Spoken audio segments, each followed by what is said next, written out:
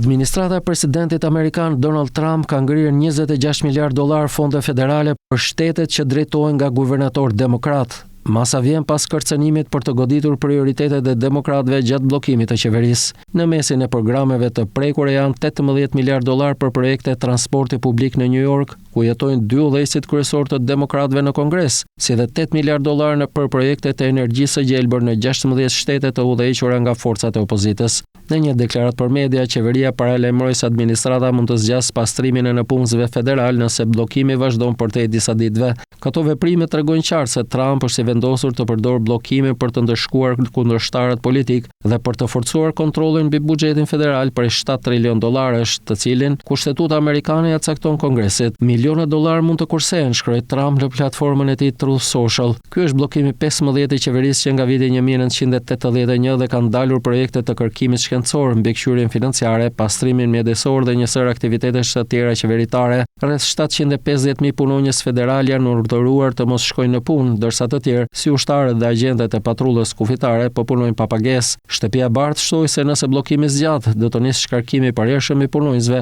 përveç 300.000 të tjerëve që do të largohen deri në dhjetor. Ky do të ishte një hap i paprecedent pasi bllokimet e mëparshme nuk kanë çuar në largime të përhershme nga puna. Kryetari demokrat i dhomës së përfaqësuesve paralajmëroi se ngrirja e fondeve për projektet e metros dhe porteve në New York mund të shkaktojë humbjen e mirë e vendeve të punës. Ndërkohë Senati ka dështuar përsëri në përpjekjet për të mbajtur funksionimin e qeverisë, si propozimi republikan për ta financuar deri më 21 nëntor, ashtu dhe propozimi demokrat që përfshinte fonde shtesë për kujdes shëndetësor, u hodhën poshtë nga votimet në sallë. Edhe pse republikanët kanë shumicën në Senat, atyre u duhen të paktën 7 vota demokrate për të kaluar projekt buxhetit, pasi kërkohen 60 vota për miratim. Në qendër të krizës është financimi për 1.7 trilion dollarësh për funksionimin e agjencive federale që përbën rreth 1/4 e shpenzimeve vjetore të qeverisë amerikane. Pjesa tjetër shkon për programe shëndetësore, pensione dhe pagesa interesi për borxhin federal që ka arritur në 37.5 trilion dollar.